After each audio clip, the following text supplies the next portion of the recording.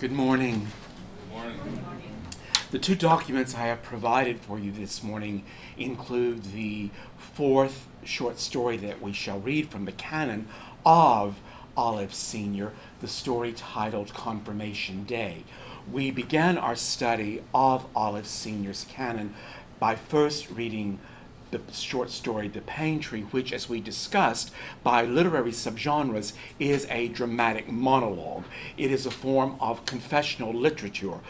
The narrator of Pine Tree, Lorraine, confesses to us that she has now arrived at an interval in her intellectual formation whereby she realizes that the great teacher in her life was not her professors of archaeology, but instead Larissa, in whose quarters she often sought counsel and comfort from the big house.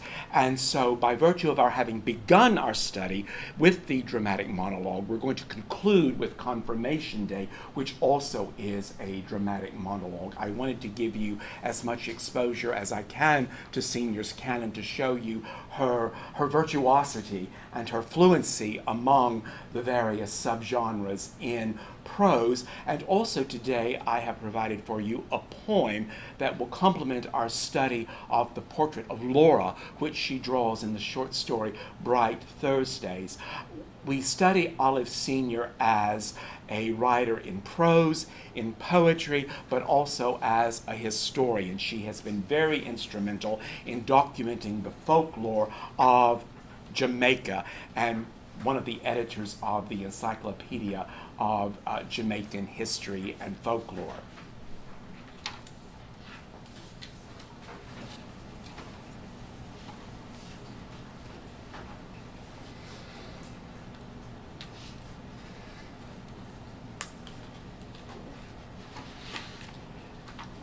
You'll recall from the opening lecture that the title that I've given collectively to this series is The Grammars of the Collage, the Call, and today, the Grammar of Clouds.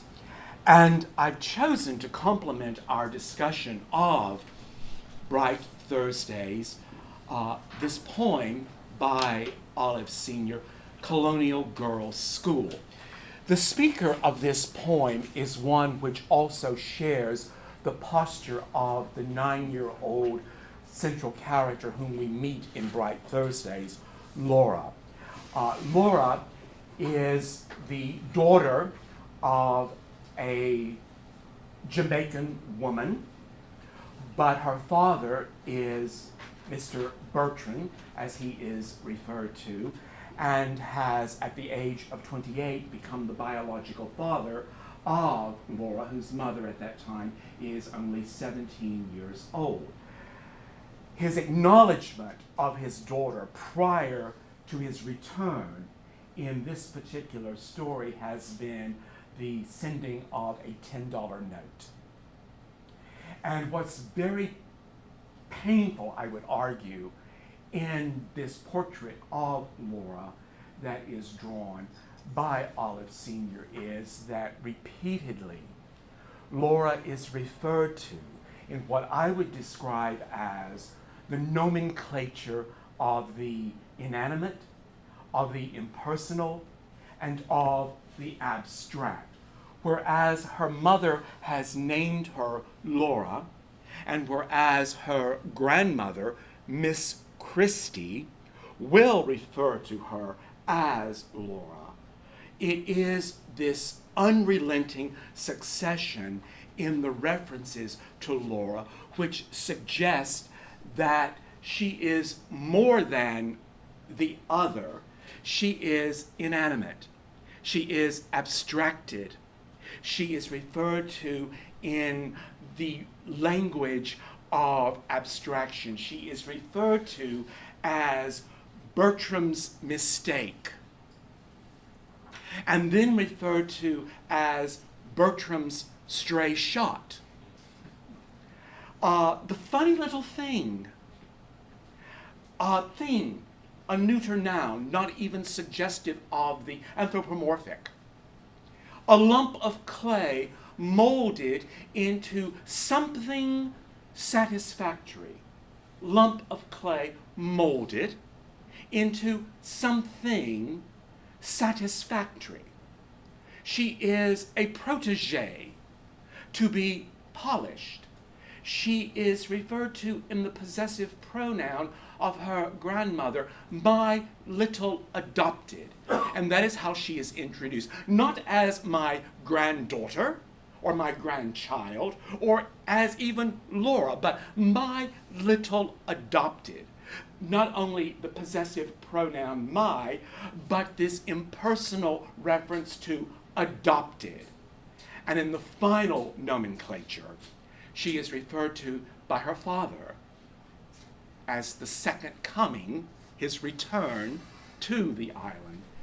She is referred to as the bloody little bastard, which suggests that she is not acknowledged as being legitimate. So this succession of inanimate, abstract nouns and adjectives, all in a very painful way, converge in the hands of Olive Sr. to suggest this nomenclature of the abstract, of the impersonal. And in this poem, which I think very much the speaker shares with Laura a comparable posture.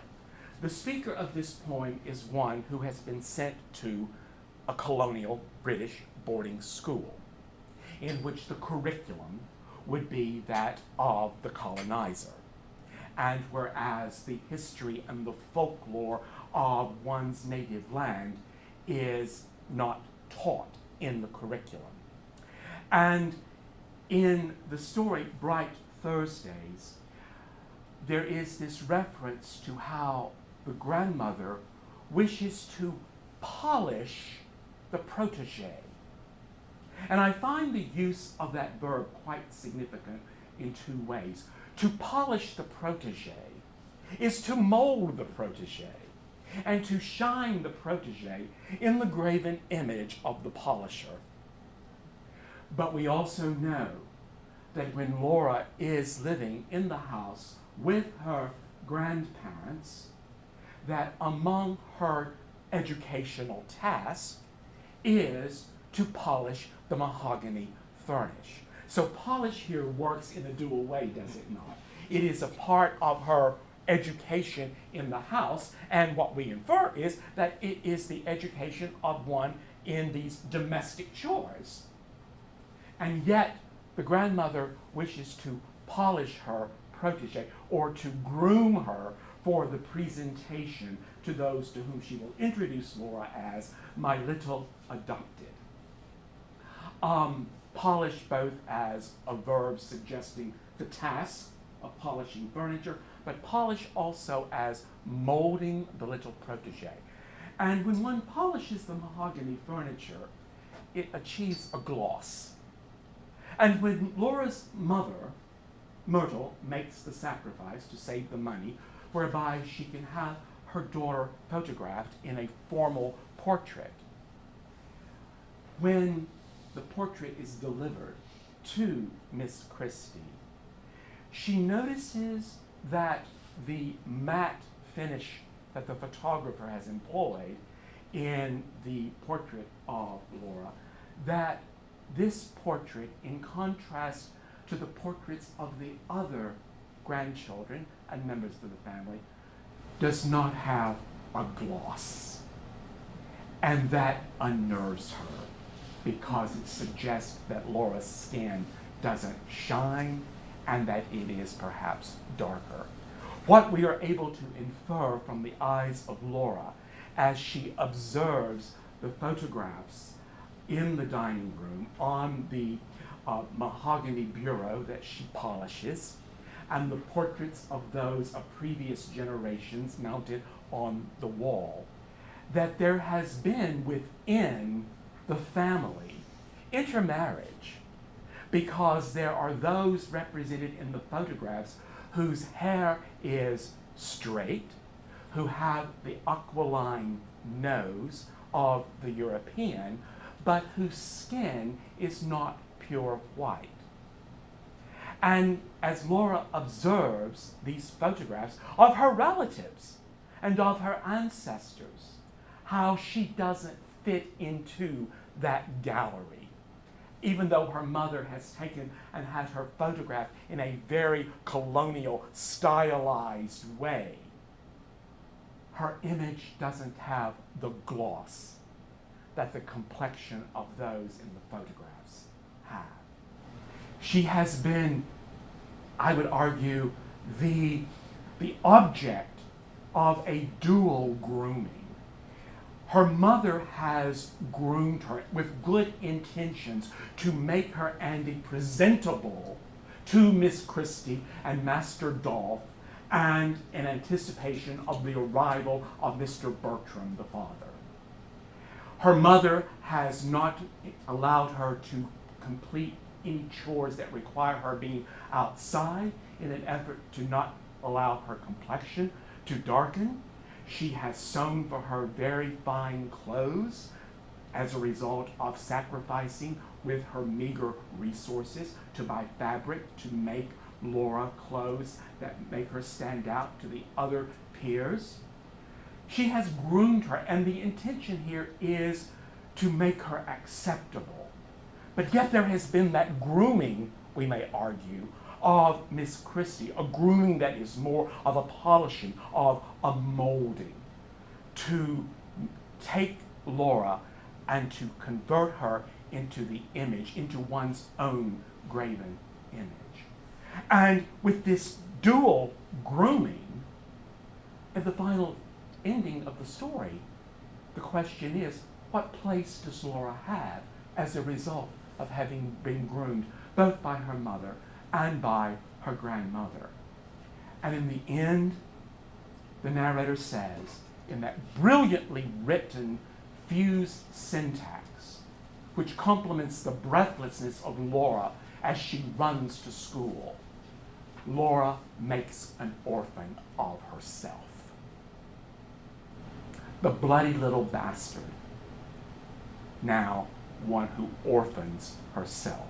And again, the ending is quite ambiguous. The fact that she orphans herself suggests it is by her own 9-year-old will that she declares herself orphaned. It is the descent of reality for Laura that she is not in a place, that she doesn't fit, regardless of all the polishing and the molding and the grooming and the stylized clothes and the manners that she has been taught as part of her education in the house. She orphans herself. And Beth, perhaps we could argue that this is the descent of reality upon Laura, and that she has to accept it at a very young, innocent age. But the tragedy is that at the age of 9, she loses her innocence and realizes she has been orphaned biologically, she has been orphaned emotionally as well. And she's by herself in profound solitude without a sense of place. The speaker of this poem, I would argue, shares the posture of Laura as well, without a sense of place. Colonial Girls' School.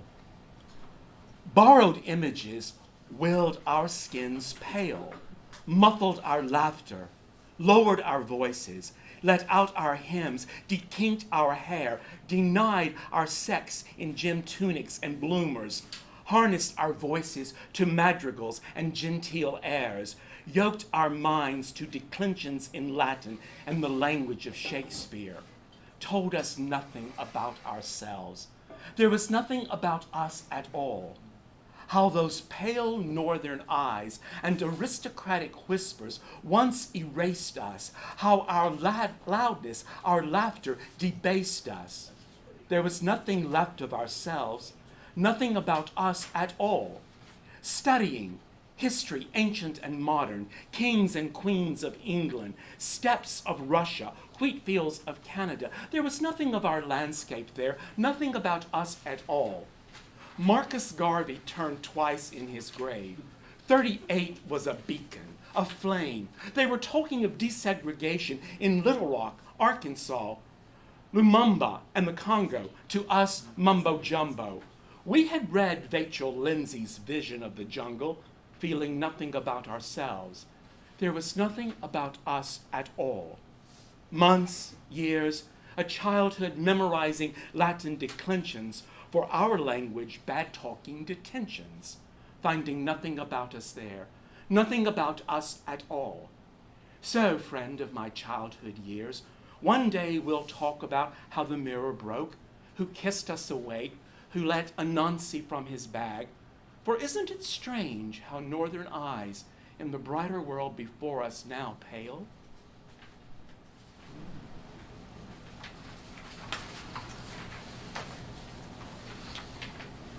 Finding nothing about us there, nothing about us at all. The speaker finds herself in a profound state of displacement. In the colonial girls' school, a Western curriculum. Yet, the speaker reveals to us that she comes from a land of rich textures and colors and contours, none of which is represented in the prose of the textbooks of the curriculum in the English girls' school.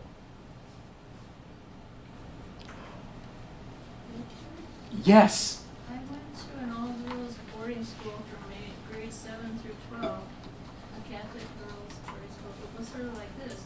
And there was nothing of me in there either. They just poured things into you. Yes. Yes. Exactly. And the speaker of the poem says that Marcus Garvey turned twice in his grave. Marcus Garvey, considered to be the first national hero of Jamaica, a black nationalist who wished to uplift those of African descent and to encourage them to have governance over themselves, to claim their African heritage.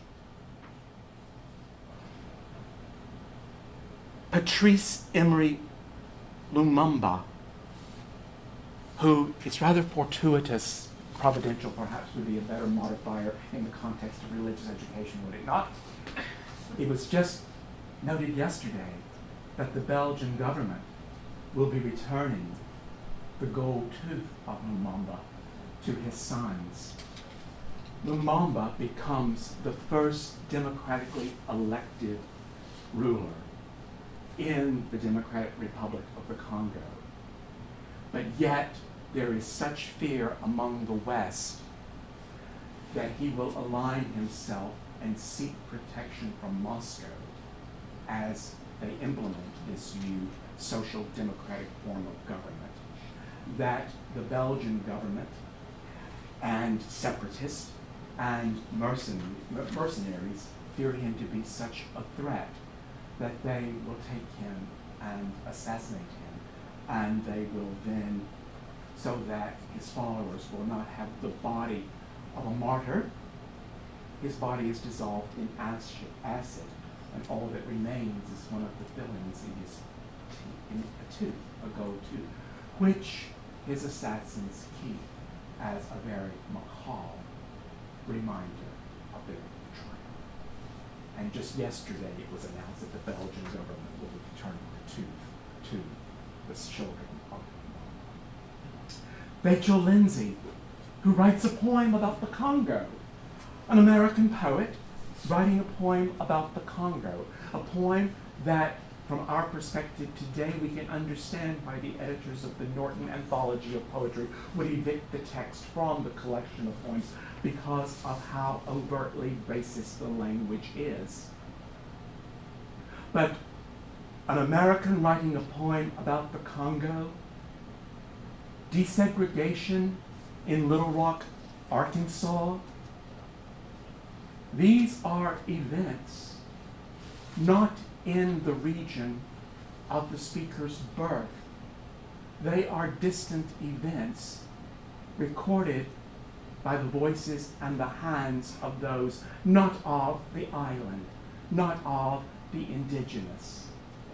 And so the poem, I think, really becomes a question, who will speak for us? And in the end of the story, Bright Thursdays, and as I was coming in this morning, I kept thinking of that nursery rhyme that we memorized as children, Thursday's child is full of woe. The question is, who will speak for Laura and honor Laura in Laura's unique, unrepeatable essence? And what we know is that throughout the story, Laura repeatedly becomes more silent. Comments or questions? It's too late for drop I always ask that the first day of my class, like questions, comments, requests for drop add-ons. But then they would have to go through me as the dean because it's very awkward when it to drop a course. John? When I saw the title, in this context, of course, my mind looks for allusions to Holy Thursday. Yes. And on the first page, we see the image of a table set for 12. Mm-hmm. And I wondered if you had any thoughts on any possible resonances between the Eucharistic table and sort of the exclusion going on from all of these families in Laura's mind. Exactly. I think what Senior has done is to construct this incredible dichotomy by virtue of the way, John, that the letters in certain references are in the uppercase. Mm-hmm. For example, there is the uppercasing of life, table, dining room, table manners, meal. These are, seemingly are they not, John, mere ordinary common nouns, which in this particular manuscript are capitalized, suggesting that they have primacy. These are the articles of ritual. But yet the ritual here is not a communion among people who are in close relationship to each other. These are the elements of a ritual that is a part of a performed societal exercise, correct? Mm-hmm. Yes, Thursday is the day that Laura most dreads because the bus is always late because of all of the different merchants and peddlers who are bringing their wares, and the bus cannot sustain the trip by virtue of the weight, and it means that Laura will have to walk the 3 miles to school or else not go at all. She doesn't want to walk because she is alone. And yes, she dreads Thursdays. She also dreads the autumn because the clouds, and she has this very frightful image of, from her Sunday school lessons, of how God is in the clouds. Jesus is in the clouds, and the second coming will be in this grand romantic way, this descent on the clouds. And she also has this conception based upon her Sunday school religious education that although she can't see Jesus on the clouds take on these shapes and they're watching and judging her. And so what we have, I think, what Senior has done in a masterful way is to write the second coming of the Father. Mm-hmm. Consider this. Isn't it masterful? Consider this. And he comes in judgment and pronounces her illegitimate. So, the Father, by virtue of his privilege, to avoid any suggestion of scandal or embarrassment of his family, is able by virtue of his privilege to leave by way of air through the clouds, come to America, take a wife, blonde, and now he is returning by the clouds, by plane, and comes to earth, and comes with indifference. When it is announced prior to the arrival of the father that Laura is in residence, he finds it either an opportunity of amusement, which again is so, there's an obscenity related to that, I think, because this is a child. She is not a spectacle in an amusement park. She is his child. But even the mother introduces him to Laura. This is my son. I'm not your father. This is my son. And so the father returns, and time has passed. The exchange between Bertram and Myrtle, with the 11-year difference, I think is very indicative of his being in a position of privilege of the landed gentry. He goes into the house where Laura is a domestic and takes advantage of her. He has the privilege of being able to leave and not have to stay and assume any responsibility. And it's a transaction of $10. He leaves. And even the grandfather, referred to as Massa Dolphy, refers to this as that old thing. Again, this exchange between two humans, which results in the birth of this child, is remembered as the old thing. The language is so lacking in any suggestion of the anthropomorphic. And so now the father returns from the clouds to earth, and in that final scene is walking toward Laura. And the grandmother, unnerved by the fact that the bus is late, and the father says, in the presence of his daughter, for Christ's sake, why don't you stop fussing so much about the bloody little bastard? Now, the father swears by the name of the son, for Christ's sake, why don't you stop fussing about that bloody little bastard? Bloody. A very British colonial swear word. And it's associated with the crucifixion, the passion. To use the word bloody to modify something like bloody hell, that's quite a defaming, certainly. It's blasphemous. And so the father moves from indifference to cursing the daughter, naming her bastard, and then there are no more clouds. Beth, your hand went like that. What does that suggest? I know, and that's, so I too was thinking through all of this as maybe she was, because she was afraid of the image of Christ coming down before, that maybe there was a way to redeem that in her father. Maybe there was a chance to look at him as a savior, coming to bring her up with him. And that did not happen. No. So she makes herself an orphan. And then that whole statement, though, there were no more clouds. I was like, okay, so suddenly there's reality.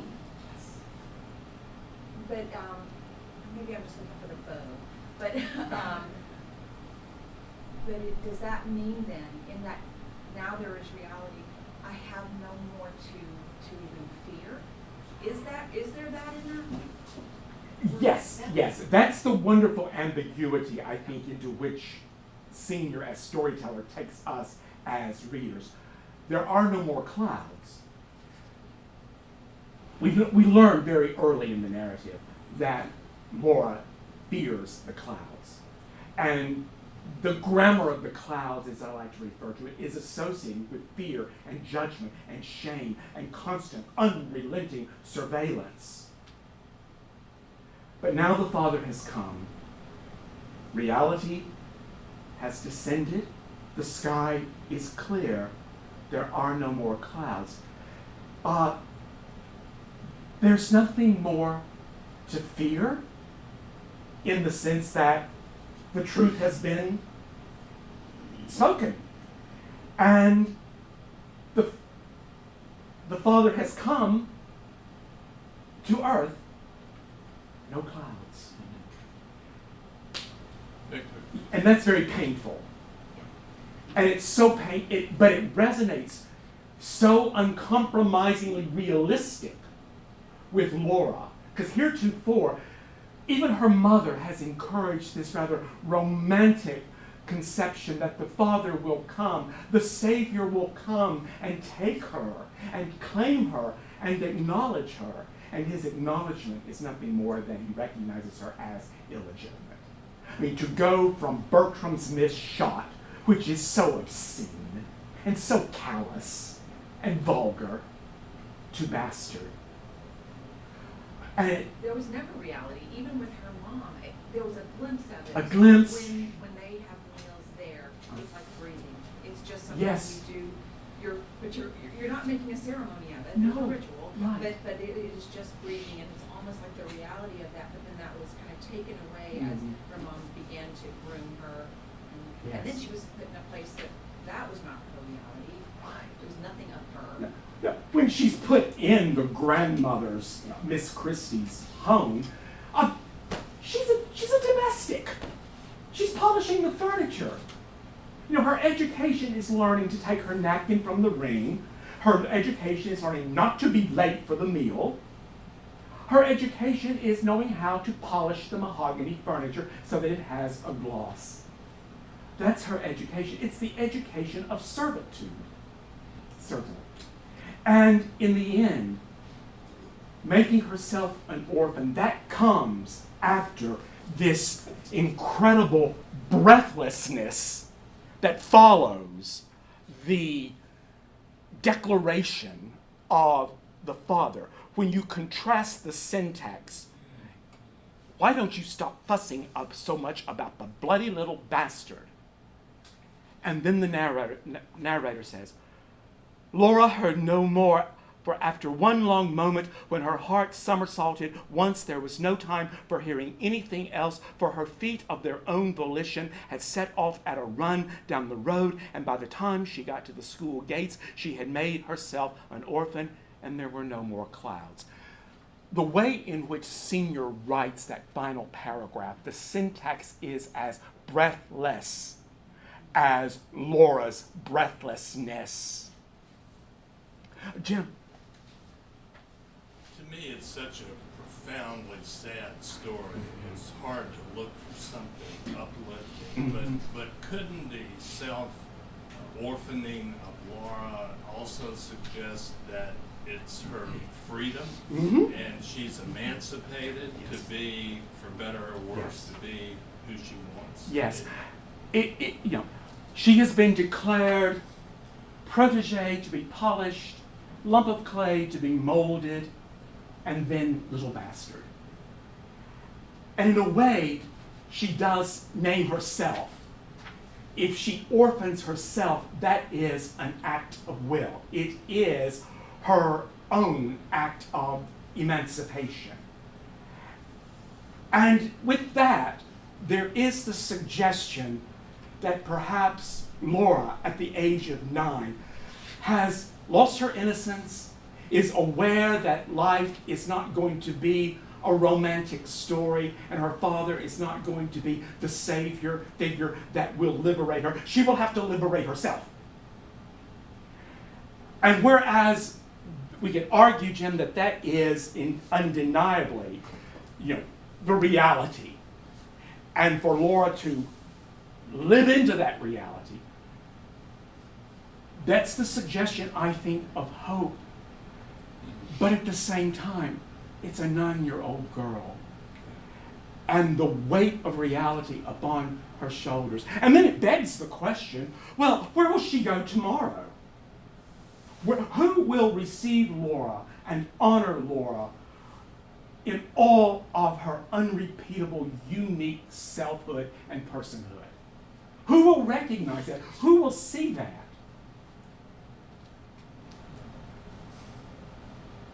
And the fact that that is not, Senior knows her limitations. She knows that she's a writer with limited omniscience. She knows what her province is. And so we're left in this horrific grayness, if you will. Whereas, the landscape in which Laura has been born is the way that she described it. It's referred to in the topography of Jamaica as the cockpit. It's located, it's nestled within these wonderful mountains. And her mother has this relationship to the land, harvesting the coffee beans and selling them and growing in the gardens. And it's in the cockpit in which Laura is born that there is this richness in the topography, the wonderful contours and colors, and the fruits coming from the land. And inside of the great house in which her grandparents live, nothing seems to her to be in proportion. The room, as you pointed out, John, has a dining room table in which, in her mind's eye, Laura imagines setting the places for 12, but she doesn't have a place. And then they eat, when they take their meal, at the very end of the table, and she imagines how disproportionate that is, and that the table could tip over. Whereas there is outside, in the cockpit in the mountains, there is this suggestion of lyricism and this coalescence of colors and this relationship of the human hand to nature. And we don't experience that in the confines of that house. Yes, I think it is Laura declaring her independence, Laura naming herself. I orphan myself. I will myself an orphan. Circumscribing her own identity, but what an identity it is for a 9-year-old. I think really what happens is it's a loss of innocence. In that her childhood, her adolescence, at the final scene, she's always around adults. Does that stand to reason, Jim? Yeah. See, and then Doctor, and then Maureen. Did you? I'm not remembering if you've told us Olive Senior's story before and whether or not it parallels what happens to Laura. I don't remember. Yes, Senior has the great privilege as a writer, as a literary artist, or as we study her, as a literary theologian. There is an incredible moral authority, artistic moral authority, that she acquires by virtue of her own birth.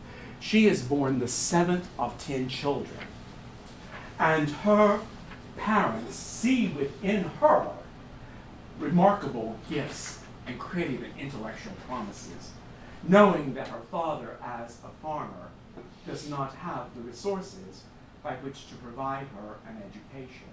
So he sends her to live with relatives who have more financial means and can provide for her an education in a colonial girls' school. And so she is born to a farmer, the 7th of 10 children. She has known the limitations of those financial resources. She becomes the beneficiary of greater resources. And so she's very much located between the two currents, if you will, here. She is born in Jamaica, which also at the same time of her being born on the island, she becomes a subject of the British Crown.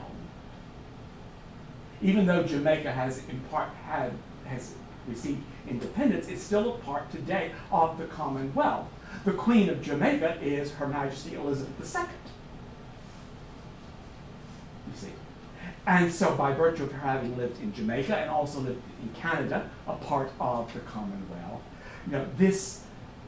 this tension in which she finds herself in this geographical, political tension at the same time becomes a part of her, what I would consider her artistic authority. She writes of what she knows. So in many ways we could argue that there are undeniable biographical parallels we could draw between Laura and Olive Sr. herself. Does that answer your question? Okay. Maureen, your question?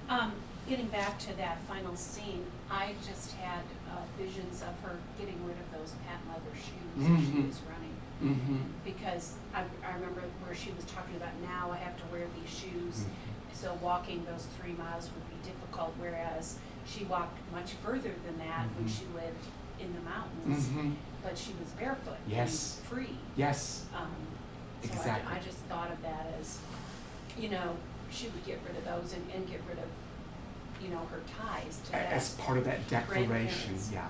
Well, when you consider, Maureen, the shoes, the word that's used to describe her wearing those shoes, encased, which is an interesting word, is it not?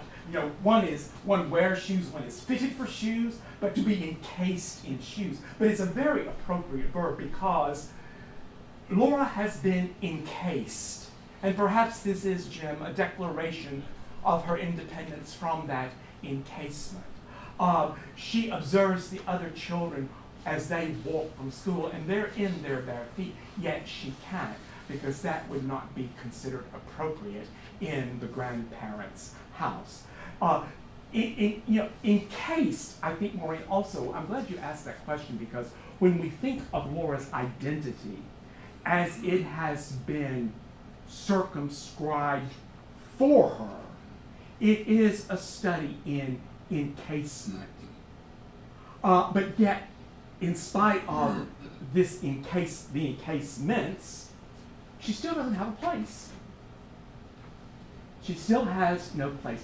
But to be encased in the shoes, to be encased in this dress. I mean, the mother has such good intentions. The mother very selflessly makes sacrifices economically whereby she can arrange for her to be formally photographed. But it is such a stylized, colonized portrait. It's like she's a doll that they It is. These aren't her garments. These aren't even the garments her mother made. And her hair is fashioned. All of the other figures in the photographs, they have darker skin, but they have long, straight hair. And as I said earlier, the aquiline nose. And the mother tries to straighten Laura's hair as well with the coconut oil.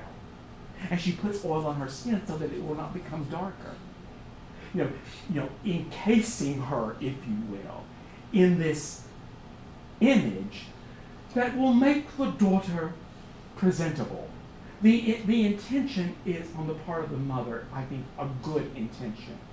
But yet the grandmother, in polishing her and encasing her according to colonial dictates, and for all of these encasements by the biological mother and by the grandmother, Laura still doesn't have freedom. And it's so sad because thinking about what's going to happen to her. The grandparents probably won't want her anymore. And when she goes back to her home with her mother, her biological mother, the mother will feel like, well, you think she's going to feel like this is a failure, I'm a failure, Yes. what I did didn't work. And so now what happens to this kid?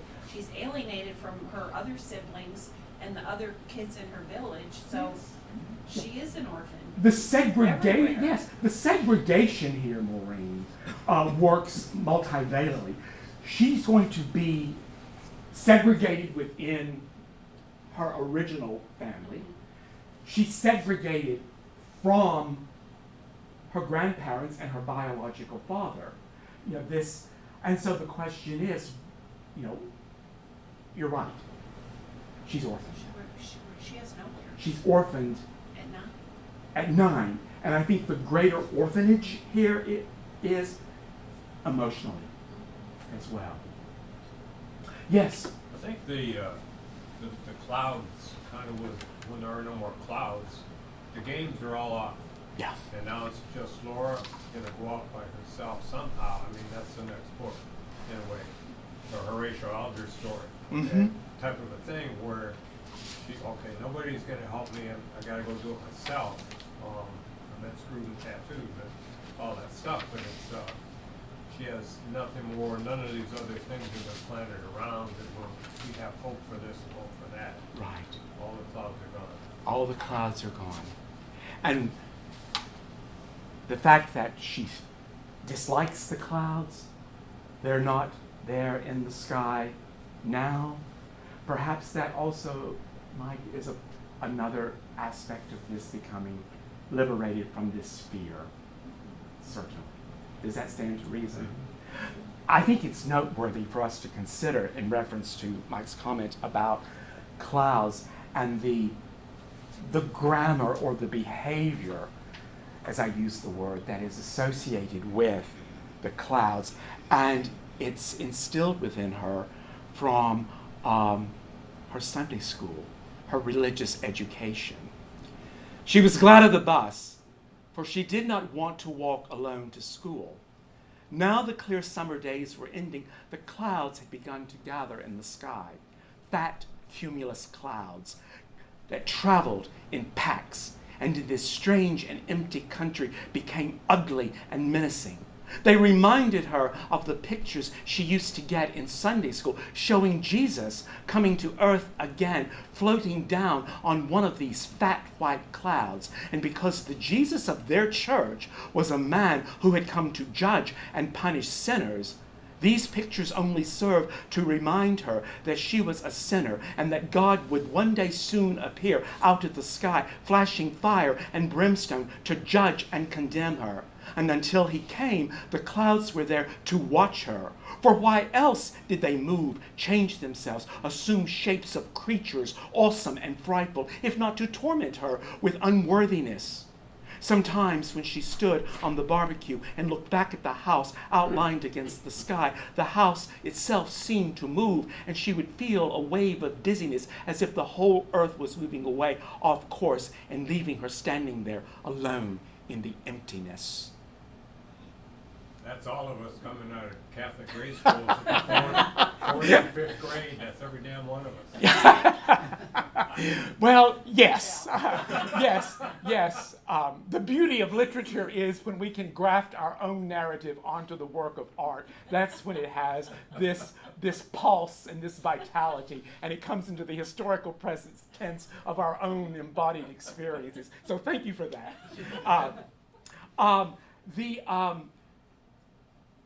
The Jesus of their church. And what we infer is that the Jesus of that church, again, as we have discussed, is a Jesus of what you and I would refer to as a very impoverished theology. A Jesus that comes on clouds in flashing fire and brimstone, to judge and condemn her. Well, that's what happens in the final scene. The Father comes and judges and condemns her as bastard. Yes, please. I don't know exactly how to express it, but it seems as though this is an essay that is helping us understand how we, other people. Yes. And the worst part of it is when we other people through our faith. Yes. Yes. And yeah. Flannery O'Connor would very much agree with you, because as one who anticipated the documents of the Second Vatican Council that the bishops will write, O'Connor was already writing in her short stories. She will die before the closing of the Vatican Council and will not live to read the documents the bishops write. But she had already anticipated, in her prescience, she had already anticipated what those documents would declare. And what O'Connor argues is that the crucifixion, the passion, cannot be relegated to an ancient hill in Palestine in the past tense and merely observed in one liturgical season of the liturgical calendar. From O'Connor's perspective, and she shows this in her writing, whenever one is deliberately denied one's personhood, one's unique nature, when one is made other, that is a reenactment of the crucifixion. Yes. And so back to your opening question, John, there are aspects of the passion interwoven into the narrative of Laura. I think I would revise. I think this is more about Ascension Thursday. Ascension Now that I'm Thursday. thinking about Thursdays and Yes. the clouds. Mm-hmm. You know, that's when you were speaking of the Father flying Yeah. away and Uh-huh. promising, or Yeah. and Laura wondering if he would ever come back. Mhm. Ascension Thursday is when Jesus flies away in the clouds Yes. and promises, or the two angels Mhm. say he's going to come back the way he did before. Yes. Mhm. So I think both Thursdays play a role, but maybe Ascension Thursdays. Well, and also when we think about it, it's on Holy Thursday that there is the institution of the Eucharistic meal. Right. And as we discussed, meal and table and life and manners are all capitalized here. But yet, in the meal that is taken at the table with the three sitting at the end, where Laura sees nothing in proportion, there is nothing relational. Meals there are not the breaking of bread and fellowship among humans. It's a polite ritual, very stylized as well. So yes, I think both Holy Thursday with the institution of the reference to the meal, as well as Ascension Thursday as well. And so what Senior has done is very much, I think, what, as I was saying in my comment to you, what O'Connor does is bringing into the historical presence of lived experience the scriptural narratives, whereby they are not made abstract and relegated to the past tense. I think it's the literary theologians that give efficacy, a sacramental efficacy, to the scriptural historical events. I think, well, how are we doing on time? About 5 minutes. Okay, well, I think I have enough time. I was talking about the pattern, reading this story and observing the story as a verbal arrangement and studying the pattern of punctuation, or the lack thereof, is in the final paragraph, which, according to a purist grammarian, that would be a few sentences. But it's aesthetically essential to this story because Laura can't breathe. The breathlessness. The breath has been taken out of her by that statement of the Father.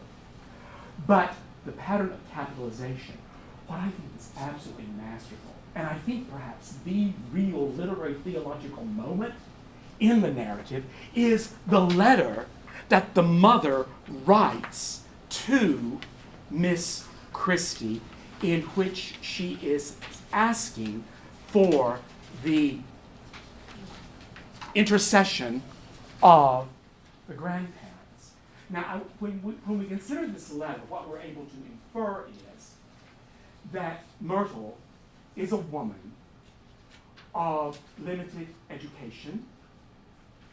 She has not had the advantage of education, whereby she would be declared literate according to colonial standards.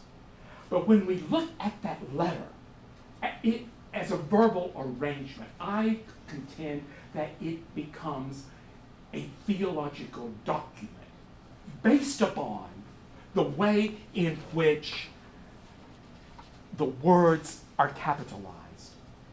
Dear Miss Christie, greetings to you in Jesus' holy name. I trust that this letter will find that you and Mr. Dolphy are enjoying the best of health. Well, Miss Christie, I write you this letter in fear and trembling, for I am the little one and you are the big one, but I hope you will not take me too forward. But Mr. Bertram, little girl, now 9-year-old and bright as a button, well, my dear ma'am, wish you could see her, a good little girl, and learn her lesson well. She would go far in life if she could have some help, but I am a poor woman with nothing. To help, I am in the fields morning till night. I can tell you that in looks she take after her father, but I am not asking Mr. Bertram for anything. I know he have his life to live for, but if you can find it in your power to do anything for the little girl, God's richest blessing will come down on you. May the good Lord bless and keep you, Miss Christie, also Master Dolphy, and give you a long life until you find eternal rest, safe in the arms of the Savior, your humble servant, Myrtle Johnston.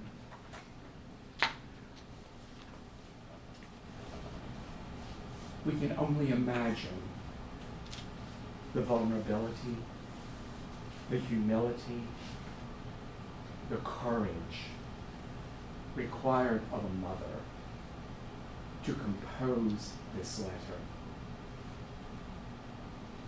And what I find literarily, theologically beautiful is there is this wonderful, indiscriminate pattern of capitalization. And it's in this letter composed by one who the colonials would regard as semi-literate. All the proper religious names are capitalized. All the humans' names are capitalized. Heretofore common nouns are capitalized. There is just this beautiful coalescence and convergence of words all sharing indiscriminately the uppercase. They're given primacy. It's as if Senior, in the letter of the mother, has deconstructed the binary of proper, common, uppercase, lowercase.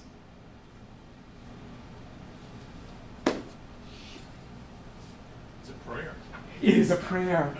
It is a prayer. It is a prayer for someone to intercede who has the resources to intercede in the life. One has to imagine, as I said, the courage and, the dignity of Myrtle Johnston, and how wanting to preserve her dignity and for her daughter to have dignity as well. And to have to humble oneself and to ask for help. To imagine that vulnerability and that courage, that humility, and we see no other character in the entire narrative exhibiting those virtues. Yes? As you describe it, it seems to me that, and as you said, a prayer, that it was an embodiment of agape. Yes. Right? Yes. I mean, she could be so angry. She could be so in all many different ways. Exactly. And she is not asking for, acknowledgement or compensation or 9 years of child support, which $10 certainly would not in any way cover, but just for them to intercede in the life and to help. Yes. It's a prayer. John? Well, what's interesting to me about that passage think we could take some time to find all of the scriptural allusions that Senior has put in. Fear and trembling, in Yes. Paul's letter. The little one, the least of these. And while I recognize the mother's humility, it's also interesting to notice that she ends the letter reminding them that they are going to die. May Jesus bless you until you get safely, of course, to his eternal, and so, whether that's intended to be a sign of, the masterfulness of this mother, sort of keeping what she must truly be thinking in the background, or of Senior's recognition of how this might strike the parents and how it kind of weaves its way into their hearts.